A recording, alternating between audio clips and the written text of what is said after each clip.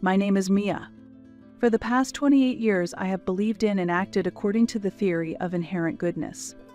I usually believe that mutual understanding can be achieved through open-hearted dialogue with people, and I have indeed built relationships that way.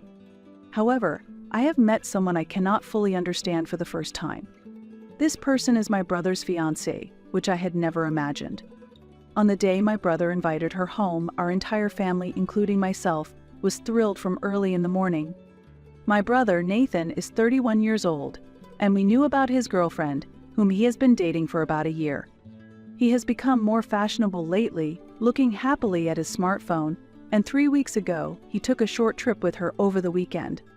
Our family had been discussing that it was about time for Nathan to propose marriage.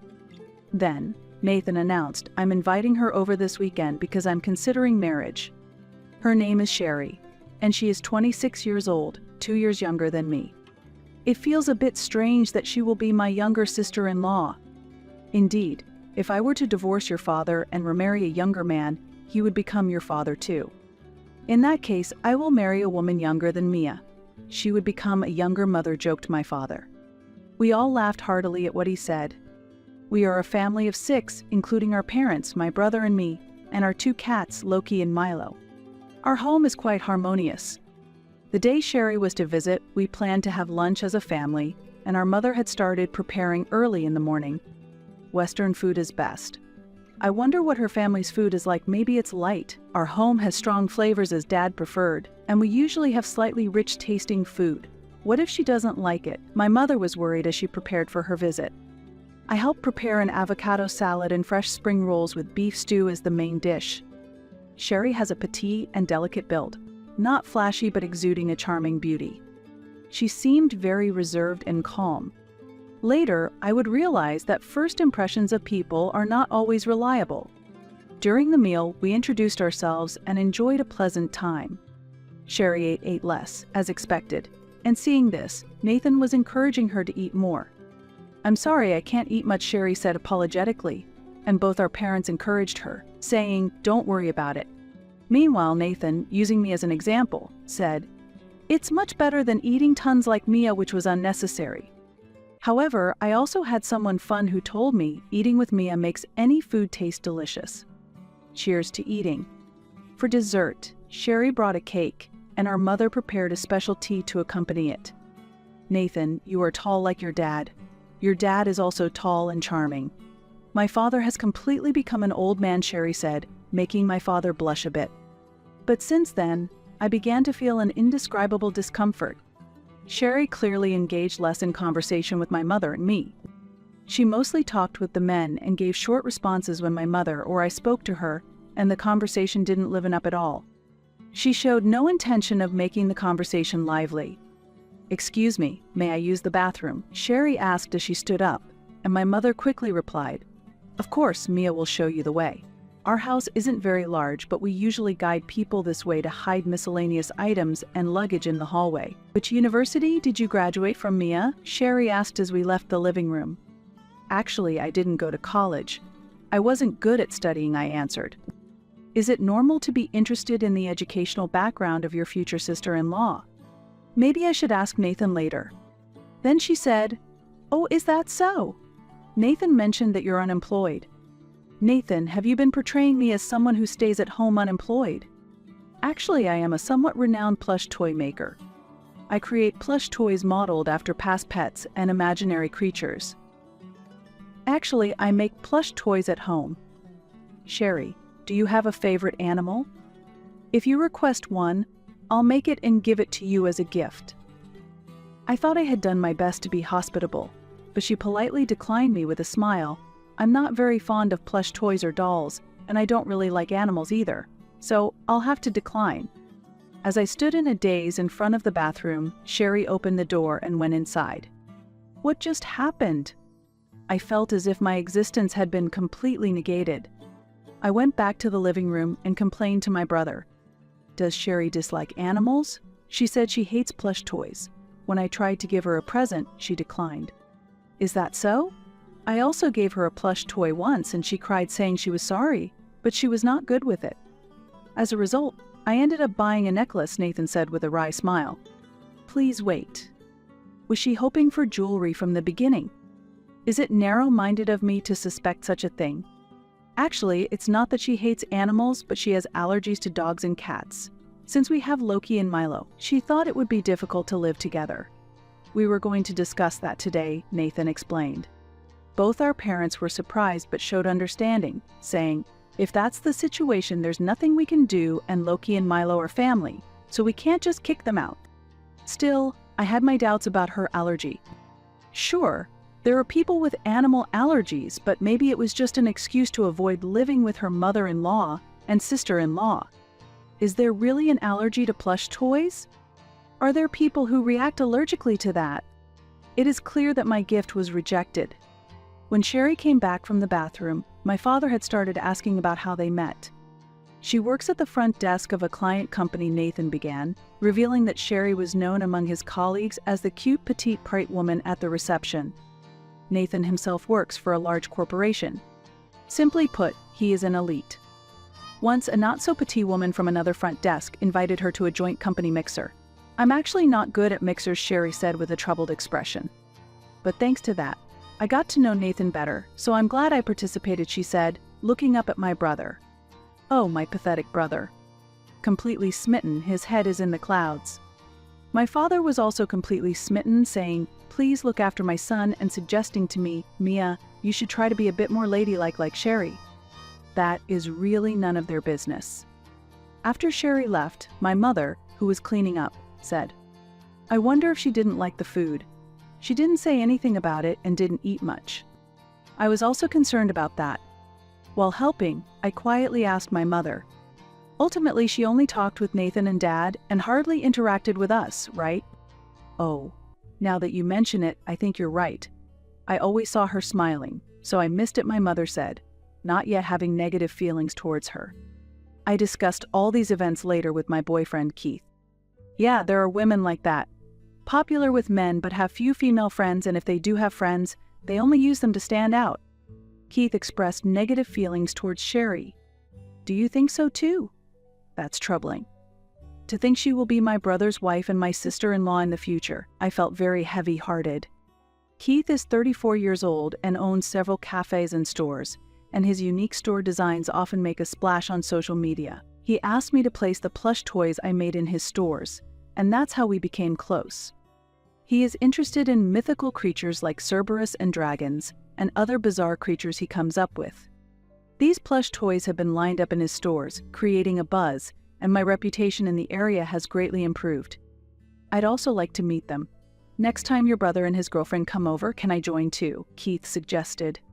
He is clearly enjoying this. Hey, think about it. How about using my store for the after party? He suggested. The venue is spacious and serves not only coffee but also alcohol and various dishes, so it might actually be a good choice. It would make a perfect excuse to introduce Sherry to Keith. For that purpose, I planned a day filled with various elements, inviting my brother and Sherry to use the place as a venue for the after party, and introducing my boyfriend Keith. Sherry's reaction was truly noteworthy. She was surprised by the flashy and eye-catching interior of the shop, and showed great interest upon learning that it was popular on social media. I'm surprised Mia has such a wonderful boyfriend, she commented to Keith, and when she learned about his other stores, she looked at me a bit enviously. I felt a bit smug inside. My clueless brother didn't notice the women's strategic moves at all, and exclaimed, Mia, I thought you were shut in. But when did you get such an amazing boyfriend? And told Keith to take good care of my sister. I'm not shut in, though. In the end, we were turned down from using that place for the after party because it was a bit far from the wedding venue and the decor was too eccentric, which might not appeal to the older guests. It was just an excuse, so no problem. But maybe Sherry wanted to divert attention from us if she actually were to be a patron at my boyfriend's store. Yeah, really. It's better not to get too close to that girl. If you talk bad about her to Nathan, I think you would be the one blamed, Keith told me, leaving me suspicious. Would my brother believe the words of a new girlfriend over his sister of 28 years?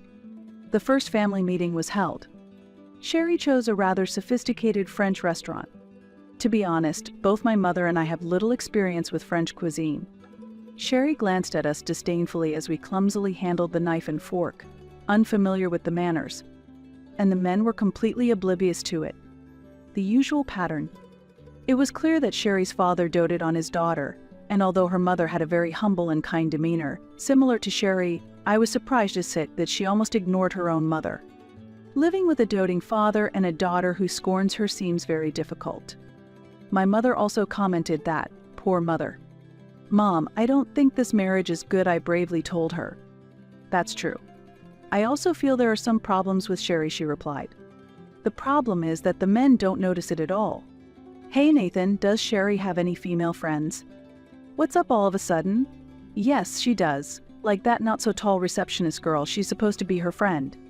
From his wording, it felt like Sherry considered herself superior to that girl. Sherry only talks to you, Dad, and even Keith, always ignoring us, the ladies in the family. What are you talking about? That's not true. Sherry is not like that. Please stop acting like a jealous sister-in-law from now on. No matter how much I conveyed it, my brother thought I was just being jealous. Wedding preparations were going smoothly, and Sherry had already quit her job to focus on them. My brother said, I'm sorry to leave everything to Sherry, but I felt that she wanted to control the wedding exactly as she wished. There was nothing I could do, and the wedding day was approaching. Then that phone call came. The night before the wedding, I received an unexpected direct call from Sherry on my mobile phone. I hadn't given her my contact information, so Nathan must have passed it on to her. Hello, Mia. Regarding tomorrow's ceremony and reception, it is dishonorable for the family to have an unemployed person who can't contribute financially to attend. Please refrain from coming if you're poor. We have not prepared a seat for you. I was at a loss for words at her unexpected request. What was she thinking? I was looking forward to attending and felt more surprise than anger, and the call ended without me being able to respond. Mom, Sherry just told me on the phone not to invite me to the ceremony. What? What does that mean? Then I contacted Nathan. It's unimaginable that I, as his sister, would not be allowed to participate in the ceremony or reception. Nathan must think the same. It was hard to get in touch with him because he was at work, but when we finally spoke, he said, "Oh, I'm sorry. I thought maybe you hated Sherry, and I couldn't argue well. Sherry thinks you hate her, so there was no need to force you to participate, and receiving formal congratulations from someone who dislikes her is painful," he told me. Is that really true? Did she actually show tears? And does Nathan believe that? I was just stunned. It seems like nothing I say will have any effect on my brother. My mother and I looked at each other and sighed in frustration. Just then, the doorbell rang, signaling a visitor. Surprisingly, Sherry's mother was standing at the door. I overheard my daughter talking on the phone. I think this is unacceptable, so I rushed over here. I'm sorry for the sudden visit, she apologized in the entrance. We invited Sherry's mother inside and listened to her story. She is, even from a mother's point of view, a terrible child. She disregards me, and her father does whatever she says, never listening to me. It's been like this for a long time. Sherry's mother spoke sadly, yet firmly. The first time I noticed it was when she was just 3 years old. I scolded her for touching my makeup. It's dangerous if she puts it in her mouth.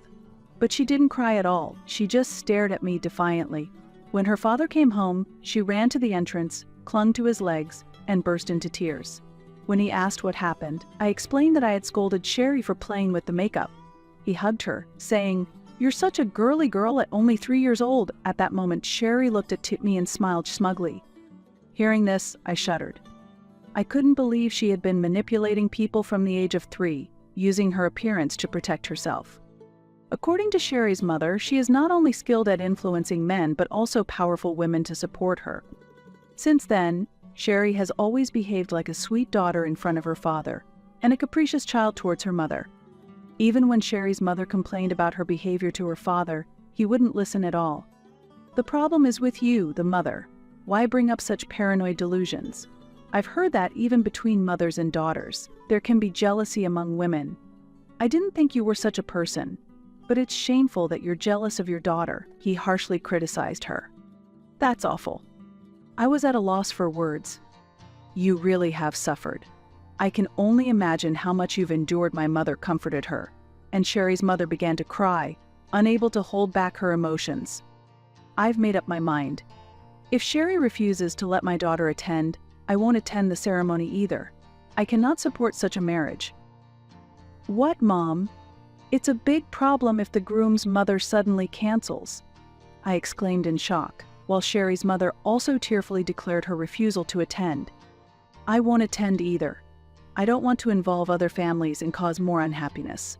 I've made up my mind," she said.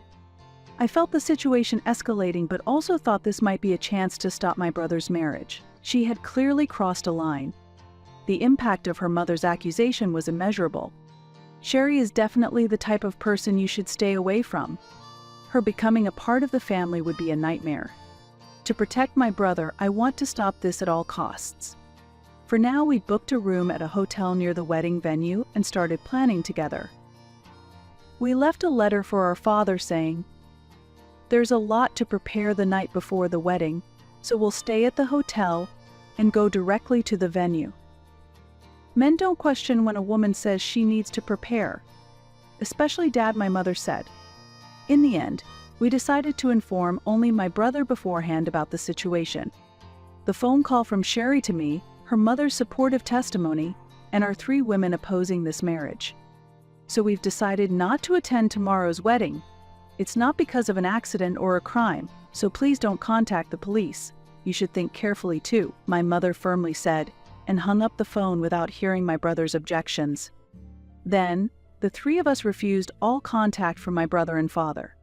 Somehow, I'm excited about this serious plan we're working on. Sherry's mother seemed to be especially enjoying herself. Then, the day of the wedding arrived. When we reached the venue, Dad and Nathan immediately came over to us. "Where have you been? How could you make us worry like this?" That was an understandable reaction, especially since it would indeed be a problem if my mother was absent. Apparently, the car broke down on the way, and Nathan had been using that as an excuse. The venue was nearly full, and the bride and groom were about to enter. "Dad, did you notice that there is no seat for me? I couldn't find my name in the family seating area. Sherry called yesterday and said that an unemployed poor person would be a disgrace to the family, so she told me not to come. In fact, she never intended to prepare a seat for me."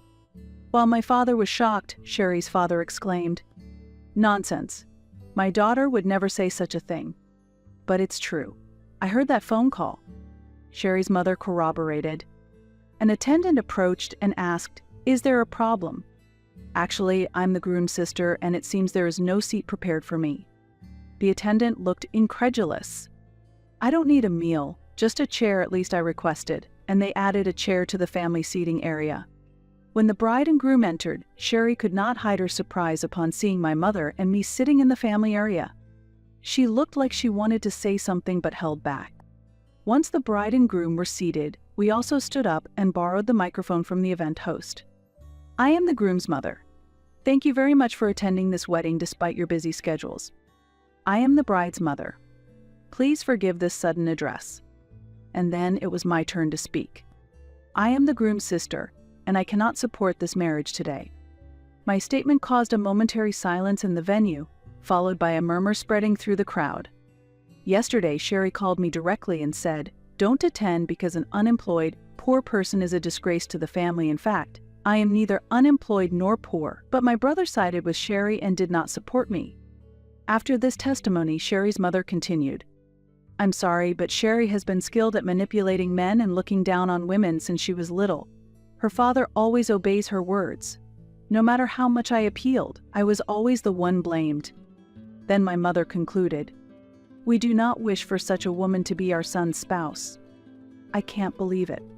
"Why would you say such things, Mom? Just because Mia and her mother-in-law dislike me? This is too much," Sherry said tearfully. The men in the venue immediately sympathized with her tears at the bride and groom's table. The atmosphere in the venue became tumultuous, and it seemed to be turning against us. However, there were people who broke this situation. 3 women seated at Sherry's friend's table stood up and began to testify about Sherry's past behaviors and words. One took the microphone and said, "We understand this story well." She continued, explaining that Sherry behaves entirely differently in front of men and women. She quickly grasps the situation and acts accordingly, skilled at maneuvering.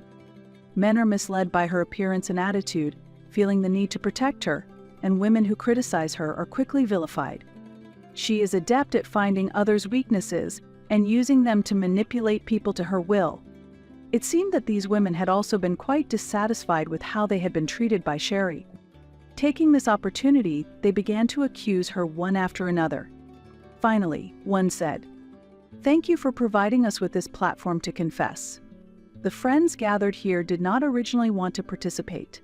The reality is that the men do not understand the truth. We want to show that people are not just their appearances." Sherry and her father's faces were filled with astonishment. The venue erupted into chaos. At that moment, Nathan began speaking with a solemn expression. "Thank you all for coming today. However, unfortunately, I have decided to call off this marriage." Looking back, my sister had sensed the truth early on. I was too caught up in my own perceptions to listen to her. Thinking calmly, marrying a woman who wouldn't even provide a seat for my sister is inappropriate. The aftermath was extremely challenging. We returned the gifts to the guests and negotiated cancellation fees with the venue. During this time, Sherry pleaded tearfully, "Everyone is trying to bring me down. This treatment shouldn't be allowed." It seems that only Sherry's father truly believed her tears. Since this incident, Nathan has developed significant doubts about trusting women. It's not surprising. I tried to encourage him by saying, "It's good that you were only planning to register your marriage later." And since we talked directly at the venue, we avoided the trouble of explaining individually, but it wasn't very comforting. Stepping back from Sherry, Nathan seemed to have sensed something too. "Next time I date someone, I'll listen to both your advice and Mom's," he said with a wry smile. As a result, the cancellation fees were split in half. Sherry and her father were displeased with this decision, but Sherry's mother pushed it through decisively. Afterward, Sherry's mother decided to divorce her husband and left the house. She now seems brighter and freer. Since then, she and my mother have bonded and have become good friends, visiting each other frequently. Sherry, having caused a major scandal, is shunned by former acquaintances and remains reclusive, unable to return to work. Her father still dotes on her, but they live in a deteriorating home, unable to do much. Will he only realize the importance of a wife or mother after losing them? Or is his anger over the ruined wedding stronger?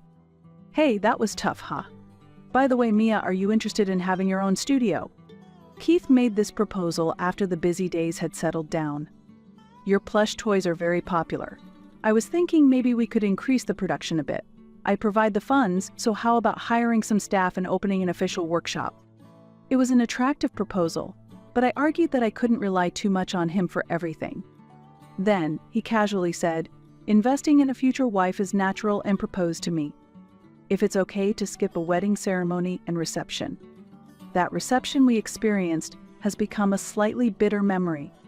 Keith, smiling, then suggested, "How about we have a small party at my store instead?" While I feel a bit sorry for my brother, I'm cherishing my own happiness.